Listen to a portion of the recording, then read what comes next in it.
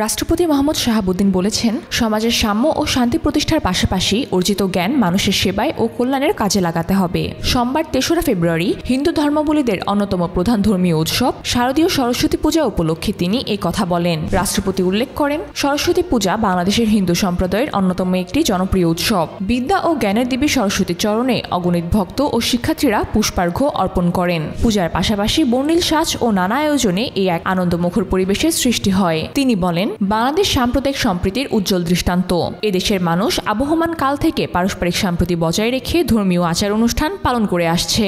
এই ঐতিহ্যকে সুসংহত করতে সবাইকে অবদান রাখতে হবে। রাষ্ট্রপতি আশা প্রত্যাশা করেন, সবার সম্মিলিত প্রচেষ্টায় বাংলাদেশের জ্ঞানভিত্তিক, সৌহার্দ্যপূর্ণ ও বৈষম্যমূলক করা সম্ভব। সনাতন ধর্মাবলীরা সোমবার সকাল থেকে বাণী আর্চনা, আরতি, পুষ্পাঞ্জলির মাধ্যমে দেবী সরস্বতীর আরাধনা করছে। ঢাকার বিভিন্ন মন্দির ও শিক্ষা প্রতিষ্ঠানে পূজার আয়োজন করা হলেও ঢাকা বিশ্ববিদ্যালয়ের জগন্নাথ হল মাঠের পূজার প্রধান প্রাণকেন্দ্র হয়ে ওঠে।